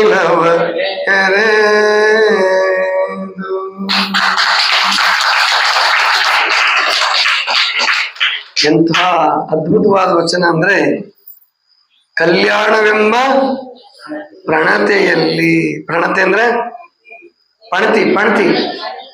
ನಿಮ್ ಭಾಷೆಯಲ್ಲಿ ಪಣತಿ, ಅಲ್ಲಂ ಪ್ರಭುಗಳ ಭಾಷೆಯಲ್ಲಿ ಪ್ರಣತೆ. ಶುದ್ಧ ಭಾಷೆ ಪ್ರಣತೆ, ನಿಮ್ಮ ಭಾಷೆ ಪಣತಿ. ಕಲ್ಯಾಣವೆಂಬುದೇ ಪ್ರಣತೆ. ಕಲ್ಯಾಣವೆಂಬ ಪ್ರಣತೆಯಲ್ಲಿ ಭಕ್ತಿ ರಸವೆಂಬ ತೈಲವನೆರೆದು, ಆಚಾರವೆಂಬ ಬತ್ತಿ, ಬಸವಣ್ಣನೆಂಬ ಜ್ಯೋತಿ. ಅಲ್ಲಿ ಯಾವುದು ಬೆಳಕು ಬೆಳಗಿದ್ದು? ಯಾವುದು? ಶಿವನ ಪ್ರಕಾಶ. ಅಲ್ಲಿ ಬೆಳಗಿದ್ದು ಯಾವ ಪ್ರಕಾಶ? ಇವತ್ತು ನಿಮ್ ಜೀವನ ಏನಾಗಿದೆ? ಕರ್ನಾಟಕವೆಂಬ ಪ್ರಣತೆ. ಗೊತ್ತಾಯ್ತಲ್ಲ? ಪೆಟ್ರೋಲ್ ಡೀಸೆಲ್ ಅನ್ನ ತೈಲ. ಗೊತ್ತಾಯ್ತಲ್ವಾ? ಅಥವಾ ಸೀಮೆಣ್ಣೆ, ಚಿಮಣಿ ಎಣ್ಣೆಯನ್ನು ತೈಲ. ಭಕ್ತಿ ರಸ ಎಲ್ಲ ಸ್ವಲ್ಪ ಇರ್ಬೋದು. ಆಚಾರವೆಂಬ ಭಕ್ತಿ ಅಲ್ಲ. ಇವಾಗ ಯಾವುದು ಅಲ್ಲ, ಅದು ತೈಲ, ಪೆಟ್ರೋಲ್, ಡೀಸೆಲ್. ಮತ್ತ ಹಂಗಾದ್ರೆ ಬತ್ತಿ ಯಾವುದು? ಬತ್ತಿ ಅಂದ್ರೆ ಬೈಕು. ಗೊತ್ತಾಯ್ತು? ಗಂಡು ಮಕ್ಳಿಗೆ ಬೈಕು, ಹೆಣ್ಮಕ್ಳಿಗೆ ಟಿವಿ. ಗೊತ್ತಾಯ್ತಾ? ಈಗ ಬೆಳಗ್ತಾ ಇರೋದು ಯಾವ ಪ್ರಕಾಶ? ಅದು ದುಃಖದ ಪ್ರಕಾಶ, ರೋಗದ ಪ್ರಕಾಶ. ದುಃಖ, ರೋಗ, ಜಗಳ, ಕೋಪ, ತಾಪ, ಕದನ ಇವೇ ನಡೀತಾ ಇದೆ. ಅದಕ್ಕೆ ಈ ಶ್ರಾವಣ ಮಾಸದಲ್ಲಾದ್ರೂ ಸ್ವಲ್ಪ ಸ್ವಲ್ಪ ನಾವು ಭಕ್ತಿಯ ತೈಲವನ್ನ, ಆಚಾರದ ಬತ್ತಿಯನ್ನ ಅಳವಡಿಸ್ಕೊಂಡು ಅಲ್ಲಿ ಜ್ಞಾನದ ಪ್ರಕಾಶ. ಅಲ್ಲಿ ಕಲ್ಯಾಣದಲ್ಲಿ ಇದ್ದಿದ್ದು ಬಸವಣ್ಣನ ಪ್ರಕಾಶ. ಬಸವ ಅಂದ್ರೆ ಜ್ಞಾನ, ಲಿಂಗ ಜ್ಞಾನ. ಆ ಲಿಂಗ ಜ್ಞಾನದ ಪ್ರಕಾಶವನ್ನ ನಾವು ಅಳವಡಿಸ್ಕೋಬೇಕು. ಮಹಾದೇವಕ್ಕನಿಗೆ ತುಂಬಾ ಸಂತೋಷ ಆಗತ್ತೆ. ಏನು ಅದೆಲ್ಲ ಕೇಳಿ ನೋಡಿ ಪ್ರಭುದೇವರ ವಚನವನ್ನು ಓದಿ ಬಹಳ ಸಂತೋಷ ಆಗತ್ತೆ. ಮರುದಿವ್ಸ ಮತ್ತೆ ಜಂಗಮರು ಬರ್ತಾರೆ. ಮರುದಿವ್ಸ ಜಂಗಮರು ಬರ್ತಾರೆ, ಗೋಷ್ಠಿ ಪ್ರಾರಂಭ ಆಗತ್ತೆ. ಹೇಳ್ತಾರೆ, ಗುರುಲಿಂಗ ನಿಜಲಿಂಗ ದೇವರು ಪ್ರವಚನ ಮಾಡ್ತಾರೆ. ಆಮೇಲೆ ಎಲ್ರು ಹಾಡ್ತಾರೆ. ಮಹಾದೇವ ಯಕ್ಕನಿಗೆ ಸಂತೋಷ ಆಗಿ ತಾನು ಹಾಡ್ಬೇಕು ಅಂತ ಏಕತಾರಿ ತಗೊಳ್ತಾರೆ. ಏಕತಾರಿ ಅಂತ ಇರ್ತಿದ್ವು ಅವಾಗ, ಈಗಲೂ ಇದಾವಲ್ಲ ಏಕತಾರಿ. ಒಂದೇ ತಂತಿ. ತಾರ ಅಂದ್ರೆ ತಂತಿ ಅಂತ ಅರ್ಥ ಇದೆ. ಏಕತಾರಿ ಅಂದ್ರೆ ಒಂದೇ ತಂತಿ. ದೊಡ್ಡ ದೊಡ್ಡ ತಂಬೂರಿಗಳಿಗೆ 4 ತಂತಿ ಇರ್ತಾವ. 4 ತಂತಿ ಇರ್ತವೆ. ಅದನ್ನ ಎತ್ಕೊಂಡು ಅಡ್ಡಾಡಕ್ ಬರಲ್ಲ. ಅದು ಈ ಏಕತಾರಿ ಹಂಗಲ್ಲ. ಭಿಕ್ಷೆ ಬೇಡ್ತಕ್ಕಂಥವ್ರು, ಹಾಡ್ತಕ್ಕಂಥವ್ರು ಏಕತಾರಿನ ಒಂದ್ ಕೈಯಲ್ಲಿ ಹಿಡ್ಕೊಂಡೇ ಬಿಡ್ತಿದ್ರು. ಒಂದ್ ಕೈಯಲ್ಲಿ ಜೋಳಿಗೆ, ಒಂದ್ ಕೈಯಲ್ಲಿ ಏಕತಾರಿ. ಆ ಏಕತಾರಿ ಮೀಡ್ತಾನೆ ಈ ಚಿಟಿಗೆ ಅಂತ ಇರ್ತಿದ್ವು. ಹಿಂಗೆ ಒಂದೇ ಕೈಯಲ್ಲಿ ಹಾಕದವು. ಹಿಂಗ್ ಕೊಂಡಿ ಸಿಕ್ಕಿಸ್ಕೊಳ್ಳೋದು ಈಗ ಬೆರಳಿಗೆ. ಅದನ್ನ ಅವು ಗೆಜ್ಜೆ ಇರ್ತಿದ್ವು, ಮರದ್ದಿರ್ತಿದ್ವು. ಬಹಳ ಚಂದ ಹಾಡೋದು. ಈಗಲೂ ಕೆಲವು ದಾಸರು, ಈಗ ಜಂಗಮರು ಹೋಗ್ಬಿಟ್ಟಿದ್ದಾರೆ. ಸಿಗೋದೇ ಇಲ್ಲ ನಿಮಗೆ. ಜಂಗಮರು ಕಾಲಜ್ಞಾನ ಹೇಳೋರೆಲ್ಲ ಎಲ್ಲ ಮಾಯ ಹೋಗ್ಬಿಟ್ಟಿದ್ದಾರೆ. ಅಲ್ಲಿ ಇಲ್ಲಿ ಎಲ್ಲೆಲ್ಲ ಜಾಗಟೆ ಹೊಡ್ಕೊಂಡು ಗೋವಿಂದ ಗೋವಿಂದ ಅಂತ ಬರ್ತಕ್ಕಂಥ ದಾಸರು ಬರ್ತಿರ್ತಾರೆ. ನಿಜವಾಗಿ ಜಂಗಮರು, ದಾಸರು, ಶರಣರು, ತ್ಯಾಗಿಗಳಿಂದನೇ ಧರ್ಮ ಉಳಿಯೋದು. ಈಗೇನಿಲ್ಲ, ಎಲ್ರಿಗೂ ನೀವು ವಿದ್ಯಾಭ್ಯಾಸ ಮಾಡಿಸಿದ್ರಿ, ಬೈಕ್ ಕೊಡ್ಸಿದ್ರಿ, ಅವ್ರ ಕೆಲಸ ಮಾಡ್ಲಿ ಬಿಡ್ಲಿ, ಕೊನೆ ರಾಜಕಾರಣಿಗಳ ಬೆನ್ನ ಹತ್ತೆ ಆದ್ರೂ ಒಂದಿಷ್ಟು ಹಣ ತಗೊಂಡ್ ಬಂದ್ಬಿಡ್ತಾರೆ. ಇನ್ನು ಧರ್ಮ ಹೇಳೋರು ಯಾರಾಗಂದ್ರೆ? ಇನ್ನ ಧರ್ಮದ ಕಡೆ ಹೋಗೋ ಹುಡುಗರನ್ನ, ಸರಿಯಾಗಿ ಓದೋ ಹುಡುಗರನ್ನ, ಓದ್ಲಾರ್ದವ್ರನ್ನ ದಡ್ರು ಅಂತ ಹೀಯಾಳಿಸಿ ಅವ್ರು ಕೃಷಿನೂ ಮಾಡಂಗಿಲ್ಲ, ಧರ್ಮ ಮಾರ್ಗಕ್ಕೂ ಬರಂಗಿಲ್ಲ. ಈ ತರ ಇಲ್ಲಿ ಜಂಗಮರು ಏಕತಾರಿನೂ ತರ್ತಿದ್ರು, ಹಾಡ್ತಿದ್ರು. ಮಹಾದೇವಕ್ಕ ತಾನೇ ಏಕತಾರಿಯನ್ನು ತಗೊಂಡು ಮೀಡ್ತಾ ಆಡ್ತಿದ್ದಾಳೆ. ಕೌಶಿಕ ತನ್ನ ಏನೋ ದರ್ಬಾರದ ಕೆಲಸ ಮುಗಿಸಿ, ಈಗ ಎಲ್ಲ ಒಂದ್ ಸ್ವಲ್ಪ ಸುದ್ದಿ ಗೊತ್ತಾಗಿರುತ್ತೆ, ನೋಡೇ ಬಿಡೋಣ. ಅವಳು ಮೃಣಾಲಿನಿ ಏನ್ ಹೇಳಿರ್ತಾಳಂದ್ರೆ, ಇದರಲ್ಲಿ ಯಾರೋ ಚನ್ನಮಲ್ಲಿಕಾರ್ಜುನ ಅನ್ನೋನು ಒಬ್ಬ ಇರಬಹುದು ಅಂತ ಹೇಳ್ಬಿಡ್ತಾನೆ. ಚನ್ನಮಲ್ಲಿಕಾರ್ಜುನ ಅನ್ನೋನು ಈ ಜಂಗಮರ ಪೈಕಿ ಇರಬಹುದು ಅಂತ ಹೇಳಿರ್ತಾಳೆ. ಆ ಅನುಮಾನನೇ ಇವರಿಗೆ ಇರ್ತದೆ. ಇಷ್ಟರಲ್ಲಿ ಯಾರಿದಾರೆ ಚನ್ನಮಲ್ಲಿಕಾರ್ಜುನ ನೋಡ್ಬೇಕು ಅಂತ ಹೇಳಿ ಮೇಲ್ಗಡೆ ಬಂದು ಗಮನಿಸ್ತಿರ್ತಾನೆ. ಮಹಾದೇವಿ ಅಕ್ಕ ಏನು ಮೈ ಮರೆತು ಆ ಏಕತಾರಿ ಮೀಡ್ತಾ ಹಾಡ್ತಾ ಇದ್ದಾಳೆ. ಆ ತಲೆ ಮೇಲಿದ್ದಂತ ಸೆರಗು ಜಾರಿ ಬಿದ್ದಿದೆ. ಅದ್ ಯಾವುದರ ಪರಿವೇ ಇಲ್ಲ. ಇವನಿಗೆ ಸಿಕ್ಕಾಪಟ್ಟೆ ಸಿಟ್ಟು ಬರ್ತಾ ಇದೆ. ನನ್ನ ಎದುರಿಗೆ ಒಂದು ದಿವ್ಸನಾದ್ರೂ ಹಿಂಗ ಹಾಡಿದ್ಲ? ಒಂದು ದಿವ್ಸನಾದ್ರೂ ಮನ ಬಿಚ್ಚಿ ಮಾತಾಡಿದ್ಲ? ಅದೇ ಈ ಜಂಗಮನ ಎದುರಿಗೆ ನೋಡು ಹೆಂಗ್ ಕೂತಿದ್ದಾಳೆ, ಹೆಂಗ್ ಹಾಡ್ತಾ ಇದ್ದಾಳೆ, ಹೆಂಗಾಗಿರ್ಬೇಕು ಅವನಿಗೆ. ಆಮೇಲೆ ಹಾಡಿದ್ಲು ಒಂದು ವಚನ ಆಯ್ತು, 2 ವಚನ ಆಯ್ತು, 3 ವಚನ ಆಯ್ತು. ಹಾಡ್ತಾ ಹಾಡ್ತಾ ಹಾಡ್ತಾ ಹಾಡ್ತಾ ಸಮಾಧಿ ಸ್ಥಿತಿ ಬಂದ್ಬಿಡ್ತಾಕೆ. ಭಾವ ಸಮಾಧಿ ಅಂತ ಕರೀತಾರೆ.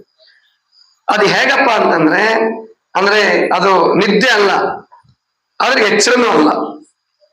ಗಾಢವಾದ ಅಂತರಂಗದ ಆಳಕ್ಕಿಳಿದು ಬಿಡುತ್ತೆ ಮನಸ್ಸು.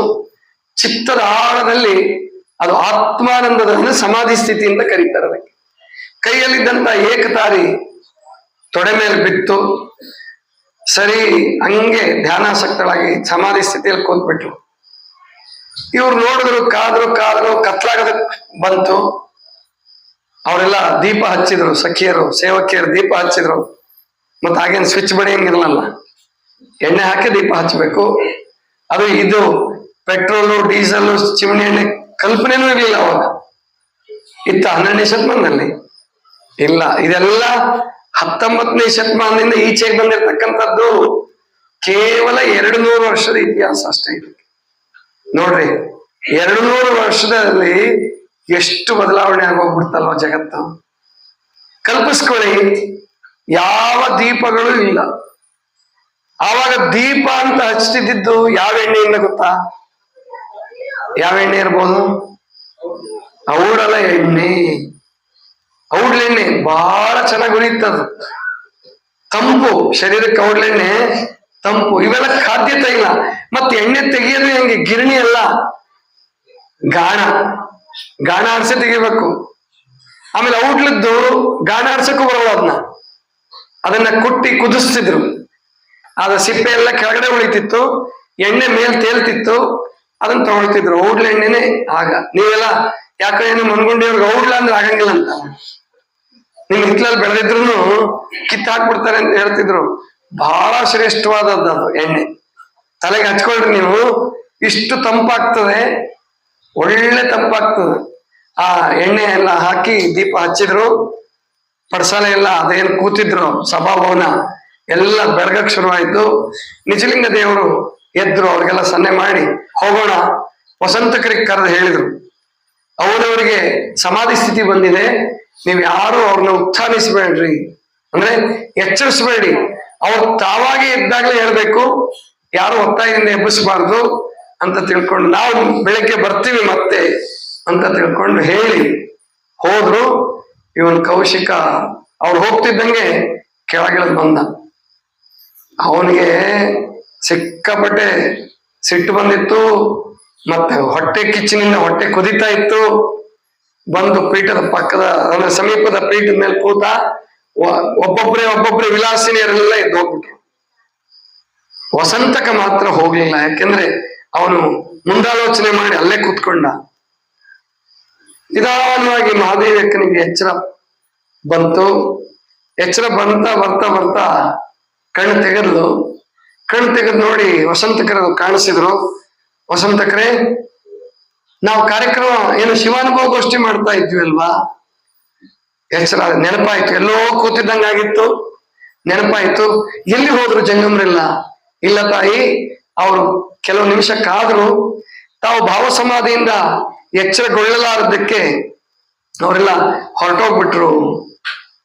ಓಹೋ, ಸರಿ, ನಾವು ಎಂಥ ಪ್ರಮಾದ ಆಯ್ತಲ್ಲ. ನಾನು ನಾಳೆ ಅವ್ರಿಗೆ ಬನ್ನಿ ಅಂತೇಳಿ ವಿನಂತಿ ಮಾಡ್ಕೊಳಕ್ಕೂ ಆಗ್ಲಿಲ್ಲ. ಇಲ್ಲ ತಾಯಿ, ಅವ್ರೇನು ಬೇಸರ ಮಾಡ್ಕೊಂಡಿಲ್ಲ, ನಾಳೆ ಬರ್ತೀವಿ ಅಂತ ಹೇಳೋಗಿದ್ದಾರೆ, ತಾವೇನು ಚಿಂತಿಸ್ಬೇಕಾಗಿಲ್ಲ. ಸರಿ, ರಾಜನ ಕಡೆ ನೋಡ್ಲಿಲ್ಲ. ಅಂದ್ರೆ ಗೊತ್ತಾಗಿತ್ತು, ಇನ್ನು ನೋಡಿದ್ರೆ ಇನ್ನು ಅವ್ನು ಮಾತಾಡಿಸಿದ್ರೆ ಇನ್ನು ಏನಾದ್ರೂ ಪ್ರಶ್ನೆ ಕೇಳ್ತಾನೆ, ಎಲ್ಲ ಉತ್ತರ ಕೊಡ್ಬೇಕಾಗತ್ತೆ ಅಂತ ಹೇಳಿ ಆ ಭಾವ ಸಮಾಧಿಯ ಸ್ಥಿತಿ ಹೋಗ್ಬಾರ್ದು ಅಂತೇಳಿ ರಾಜನ ನೋಡಿದ್ರು ಕೂಡ ಮಾತಾಡಿಸ್ಲಿಲ್ಲ. ಎಷ್ಟು ಸಿಟ್ಟು ಬಂದಿರ್ಬೇಕು ಅವನಿಗೆ. ಕೌಶಿಕ ಬೇಡ ರೀ, ನೀವೇ ಯಾರಾದ್ರೂ ಕಲ್ಪಿಸ್ಕೊಳ್ಳಿ, ಕೌಶಿಕನ್ ಬಿಟ್ಬಿಡೋಣಪ್ಪ. ನಿಮ್ಮನ್ನೇ ಯಾರಾದ್ರೂ ಹಂಗೆ ಮಾತಾಡಿಸ್ಲಾರ್ದೆ ಸುಮ್ಮನೆ ಹೊರಟೋಗ್ಬಿಟ್ಟು ಅಂದ್ರೆ ಹೆಂಗಾಗ್ಬೇಕು? ಇವನಿಗೆ ಇನ್ನೂ ಹೆಂಗಾಗಿರ್ಬೇಕು? ರಾಜ ಮತ್ತೆ ಉಳಿಸ್ಕೊಳಕ್ ಪ್ರಯತ್ನ ಪಡ್ತಿದ್ದಾನೆ.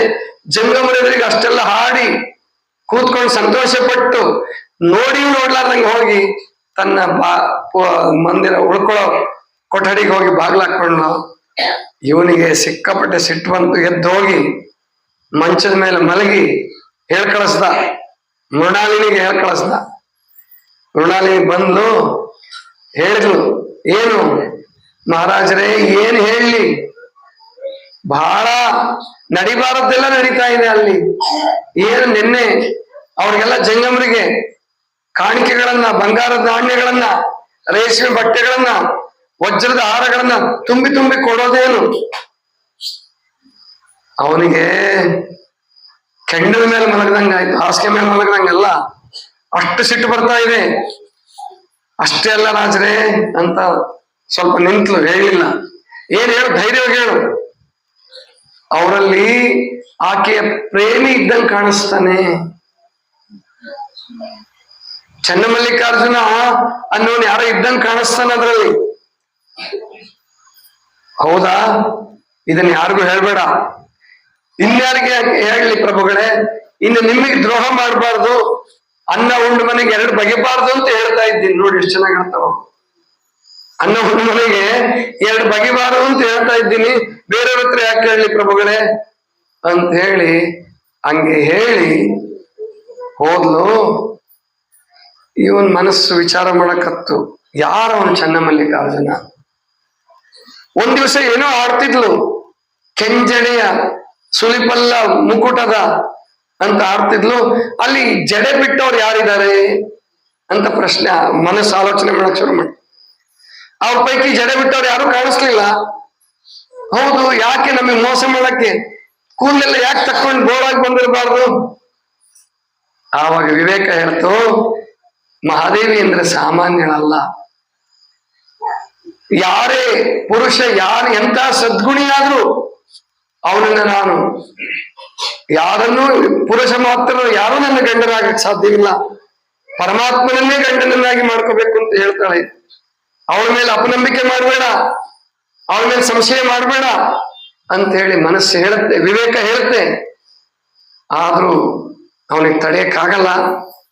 ಇರ್ಲಿ ಅಂತ ಹೇಳಿ ಸುರೆಯನ್ನು ತರಿಸಿ ಕಂಠ ಪೂರ್ತಿ ಕುಡಿದು ಹಂಗೆ ಹಾಸಿಗೆ ಮೇಲೆ ಬಿದ್ಕೊಂತಾನೆ. ಸರಿ, ಇಲ್ಲಿ ಮಹಾದೇವಿ ಅಕ್ಕ ರಾತ್ರಿ ಎಲ್ಲ ಕಲ್ಯಾಣದ ಕನಸನ್ನೇ ಕಾಣ್ತಾ ಇದ್ದ. ಮನಸ್ಸಿನ ತುಂಬ ಕಲ್ಯಾಣ, ಭಾವದ ತುಂಬ ಕಲ್ಯಾಣ. ಆ ಕಲ್ಯಾಣವೆಂಬ ಪ್ರಣತೆಯಲ್ಲಿ ಭಕ್ತಿ ರಸವೆಂಬ ತೈಲವನೆರೆದು ಓದಿದ್ಲಲ್ಲ, ಅದೇ ಕನಸು ಕಾಣ್ತಾ ಇದ್ದಾಳೆ. ಸಂತೋಷ ಆಗಿದೆ. ಬಸವಣ್ಣನವರನ್ನ ಕಂಡ ಹಾಗೆ, ಕಲ್ಯಾಣಕ್ಕೆ ತಲುಪಿದ ಹಾಗೆ ಕನಸನ್ನ ಕಾಣ್ತಾಳೆ ರಾತ್ರಿ ಎಲ್ಲ. ಬೆಳಿಗ್ಗೆ ಎದ್ದು ಮಿಂದು ಪೂಜೆ ಮಾಡ್ತಾ ಇದ್ದಾಳೆ. ನಾಳೆನೆ ಕೊನೆಯ ದಿವಸ, ಅರಮನೆಯಲ್ಲಿರ್ತಕ್ಕಂಥ ಕೊನೆಯ ದಿವಸ ನಾಳೆ. ಅಂದ್ರೆ ಒಂದು ವಾರ ಆಯ್ತು ಇಲ್ಲಿಗೆ. ಇನ್ನ ನಾವು ಬೇಗ ಬೇಗ ಕಲ್ಯಾಣವನ್ನು ತಲುಪಬೇಕು. ಮಹಾದೇವಕ್ಕನ ಜೊತೆಗೆ ಬೇಗ ಬೇಗ ಕಲ್ಯಾಣವನ್ನು ತಲುಪಬೇಕು. ಯಾಕಂದ್ರೆ ಈಗ ನಾವು ಮುಗಿಸಿದ್ದು 34ನೇ ಅಧ್ಯಾಯ, ಇನ್ನು 26 ಅಧ್ಯಾಯಗಳಿದೆ. ಎಲ್ಲವನ್ನೂ ಹೇಳಕ್ ಆಗಲ್ಲ, ನೋಡೋಣ. ಅದರಲ್ಲೇ ಕೆಲವು ಎಲ್ಲ ಶಾರ್ಟ್ ಮಾಡಿ ಎಷ್ಟು ನೋಡೋದಕ್ಕೆ ಸಾಧ್ಯವಾಗುತ್ತೋ ನೋಡೋಣ. ಇನ್ನು ಬಹಳ ದಿವಸ ಉಳಿಲಿಲ್ಲ, 7 ದಿವಸ ಮುಗಿದೋಯ್ತಲ್ಲ. ಇವತ್ತೆಷ್ಟು ತಾರೀಕು? 11. ಅದರಲ್ಲೂ ಮತ್ತೆ 2 ದಿವಸ ಬಿಡ್ಲಾರ್ದವ್ರು ಇರ್ತಾರಲ್ಲ, ನಿಮ್ಮ ಇವರೇ ತಬಕದ ಹೊನ್ನಳ್ಳಿಯವರು. ಅಲ್ಲೂ ಶರಣಬಸಪ್ಪನ ಪುರಾಣ ಹಚ್ಚಿದಾರಂತೆ. ಅವ್ರು ಹೇಳಿದ್ದಾರೆ, ಇಲ್ಲ ಗುರುಗಳೇ, ನೀವು 1 ದಿವಸನಾದ್ರೂ ನಮಗೆ ಕೊಡ್ಲೇಬೇಕು ಶ್ರಾವಣದಲ್ಲಿ ಅಂತ ಹೇಳಿ ಬಂದ್ ಗಂಟು ಬಿದ್ದಿದ್ದಾರೆ. ಅವ್ರಿಗೊಂದು ದಿವಸ ಕೊಡ್ತೀನಿ. ಅಲ್ಲಿ ಇಲ್ಲಿ ಬಹಳ ವಿಶೇಷವಾದ ಕಾರ್ಯಕ್ರಮ ಇಡ್ತೀವಿ ಅವತ್ತು. ಅವತ್ ಪ್ರವಚನ ಯಾರಾದ್ರೂ ವಿಶೇಷವಾದ ಬರ್ತಾರೆ. ಇಲ್ಲ ಅಂದ್ರೆ ಹಳಕಟ್ಟಿಯವ್ರದ್ದು ಕೇಳಿದಿರಲ್ಲ ನೀವು, ಹಳಕಟ್ಟಿಯವರು ಯಾರವರು? ವಚನ ಪಿತಾಮಹ. ಅಂದ್ರೆ 20ನೇ ಶತಮಾನದಲ್ಲಿ ವಚನಗಳನ್ನ ಮುದ್ರಿಸಿ ಕೊಟ್ಟಂತವ್ರು. ವಚನದ ಮುದ್ರಣಕ್ಕಾಗಿ ತಮ್ಮ ಸ್ವಂತ ಮನೆಯನ್ನ ಮಾರಿ ಮುದ್ರಣಾಲಯವನ್ನು ಹಾಕಿ ಒಂದು ಬಡ ಬಾಡಿಗೆ ಮನೆಯಲ್ಲಿ ಬಡವರಾಗಿ ಬದುಕಿದವರು, ವಕೀಲರಿದ್ರು ಕೂಡ. ಅವತ್ತಿನ ಕಾಲಕ್ಕೆ ವಕೀಲರು ಅಂದ್ರೆ ಬೇಕಾದಷ್ಟು ಗಳಿಸಬಹುದಾಗಿತ್ತು. ರಾಜಕಾರಣಿಯಾಗಿದ್ರು ಅವರು. ಬಾಂಬೆ ವಿಧಾನ ಪರಿಷತ್ತಿಗೆ ಅವರನ್ನ ಮನೋನೀತ ನಾಮ ನಿರ್ದೇಶನ ಸದಸ್ಯನ್ ಮಾಡಿದ್ರು. ಅಂತಹ ಒಬ್ಬ ಮಹಾನ್ ವ್ಯಕ್ತಿ ವಚನವನ್ನ ಮುದ್ರಣ ಮಾಡಕ್ಕೋಸ್ಕರ ತಮ್ಮ ಸ್ವಂತ ಮನೆಯನ್ನ ಮಾರಿದ್ರು. ಅವ್ರದೊಂದು ಡಾಕ್ಯುಮೆಂಟ್ರಿ ಇದೆ, ನೋಡಕ್ ಸಿದ್ಧವಾಗಿದ್ದೀರಾ? ಅವ್ರದೊಂದು ಸಾಕ್ಷ್ಯಚಿತ್ರ ಇಲ್ಲಿ ಪ್ರಾಜೆಕ್ಟರ್ ಇಟ್ಟು ಅವ್ರದ್ದು ಸಾಕ್ಷ್ಯಚಿತ್ರ ತೋರಿಸ್ಬೇಕು ಅಂತ ಅನ್ಕೊಂಡಿದೀವಿ ಒಂದ್ ದಿವಸ. ಆ ಕಾರ್ಯಕ್ರಮವನ್ನ ನಿಮಗೆ ಅಂದ್ರೆ ತಬಕದ ಹೊನ್ನಳ್ಳಿ ನಾನು ಕಾರ್ಯಕ್ರಮಕ್ಕೆ ಹೋದ ದಿವಸ ಇನ್ನೂ ಉನ್ನತವಾದಂತಹ ಶ್ರೇಷ್ಠವಾದಂತಹ ಕಾರ್ಯಕ್ರಮವನ್ನು ನಿಮಗೆ ಕೊಡ್ತೀವಿ. ಅದಕ್ಕಿಂತ ದಿವಸ ದಿವಸಕ್ಕೆ ಈ ಕಾರ್ಯಕ್ರಮ ಬೆಳಿಬೇಕು, ಕಡಿಮೆ ಆಗಬಾರದು. ಯಾಕೆಂದ್ರೆ ಮನಗುಂಡಿ 20 ವರ್ಷದ ಹಿಂದೆ ಇದ್ದ ಮನಗುಂಡಿ ಅಲ್ಲ ಇವಾಗಿರೋದು, ಅಥವಾ 30 ವರ್ಷದ ಹಿಂದೆ ಇದ್ದ ಮನಗುಂಡಿ ಅಲ್ಲ ಇವತ್ತಿರೋದು. ಇವತ್ತು ಮನಗುಂಡಿ ದೇಶ ಪ್ರಸಿದ್ಧವಾಗಿದೆ, ಹೊರದೇಶಕ್ಕೂ ನಿಮ್ಮೂರ ಹೆಸರು ಗೊತ್ತಾಗಿದೆ. ನೀವು ಭಕ್ತಿಯನ್ನು ಬೆಳೆಸ್ಕೋಬೇಕು, ಜ್ಞಾನವನ್ನು ಬೆಳೆಸ್ಕೋಬೇಕು. ಈ ಊರಿನಿಂದ ಒಳ್ಳೊಳ್ಳೆ ಮಕ್ಕಳು ತಯಾರಾಗಿ ಬರ್ಬೇಕು, ಕಡೆಗೆ ಸಾಧಕರು ತಯಾರಾಗಿ ಬರೋದ್ರಿಂದ ಆಗ್ಬೇಕು ಮನಗುಂಡಿ. ಅದಕ್ಕೆ ನೀವು ಬೇರೆ ಬೇರೆಯವ್ರನ್ನೆಲ್ಲ ಕರ್ಕೊಂಡು ಬನ್ನಿ, ಕೇಳಿಸಿ, ಜೊತೆಗೆ ಅಂತ ಒಳಕಟ್ಟಿರುವಂತಹ ಪುಣ್ಯ ಜೀವಿಗಳ ಅದನ್ನ ಏನು ಡಾಕ್ಯುಮೆಂಟರಿಯನ್ನ ತೋರಿಸುವಂತಹ ವ್ಯವಸ್ಥೆ ಮಾಡೋಣ. ಅವತ್ತು ಇನ್ನೂ ಹೆಚ್ಚು ಜನ ಸೇರ್ಕೊಂಡು ಅದನ್ನ ನೋಡುವಂತಹ ಕಾರ್ಯಕ್ರಮ ಆಗ್ಲಿ ಅಂತ ತಿಳ್ಕೊಂಡು ಹೇಳ್ತಾ, ನಾಳಿನ ದಿವಸ ಮಹಾದೇವಿ ಅಕ್ಕ ಅರಮನೆಯನ್ನ ಬಿಡುವ ಪ್ರಸಂಗ, ಅರಮನೆ ಬಿಟ್ಬಿಡ್ತಾರೆ ನಾಳೆ. ಆ ಪ್ರಸಂಗವನ್ನ ನಾಳಿನ ದಿವಸ ನೋಡೋಣ ಅಂತ ತಿಳ್ಕೊಂಡು ಹೇಳ್ತಾ ಇಲ್ಲಿಗೆ ನನ್ನ ಮಾತುಗಳನ್ನು ಮುಗಿಸ್ತಾ ಇದ್ದೀನಿ. ಸರ್ವರಿಗೂ ಶರಣು ಶರಣ. ಕೂತ್ಕೊಳ್ಳಿ ಮಕ್ಕಳ, ಕೂತ್ಕೊಳ್ಳಿ, ಹೋಗ್ಬೇಡಿ.